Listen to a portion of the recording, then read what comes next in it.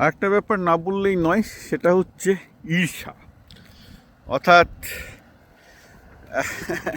আমি অনেকগুলো কেস পাচ্ছি যার বটম লাইন কিন্তু জেলাসি এবং প্র্যাকটিক্যাল না। আমি একটা এক্সাম্পল দিচ্ছি। একটা ছেলে বলছে সে ক্লাস সে সে মাধ্যমিক উচ্চ মাধ্যমিকে 95% পেয়েছিল, কিন্তু একটু গরিব ঘরের ছেলে, নিম্ন মধ্যবিত্ত।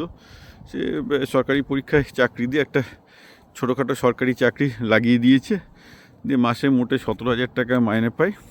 চেষ্টা চরিত্র করে ইকোনমিক্সেও বিএসসি পাস করেছে।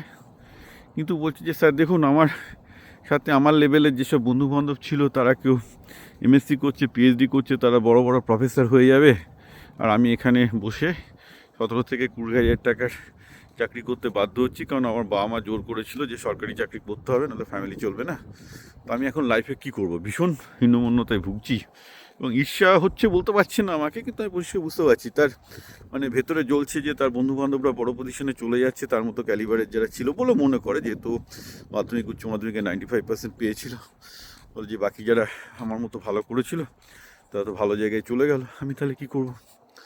আমি এখন একে কী বলবো বলুন? আমার একটা কথাই বলার আছে, ঈর্ষা দিয়ে নিজেকে ধ্বংস করো না। তুমি সরকারি চাকরি করে যেহেতু স্টেবল আছো, তুমি ইচ্ছা করলে প্যারালাল ব্যবসা করতে পারো। তোমাকে ডিগ্রি করতে কে মানা করেছে? তুমি তো ইকোনমিক্সে পড়ছো, ইকোনমিক্স ফাইন্যান্স অনেক কিছু নিয়ে পড়াশোনা করতে পারো, ডিগ্রি করতে পারো, নিজেকে ট্রেন করতে পারো, করে ভালো জায়গায় যেতেই পারো। হুই স্টপিং ইউ?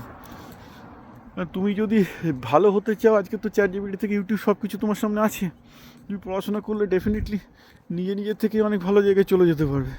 তোমাকে ওই সরকারি একটা সামান্য চাকরিতে পড়ে থাকতে তোমাকে কে বলেছে? তোমাকে গ্রুপ ডি একটা চাকরিতে পড়ে থাকতে কে বলেছে?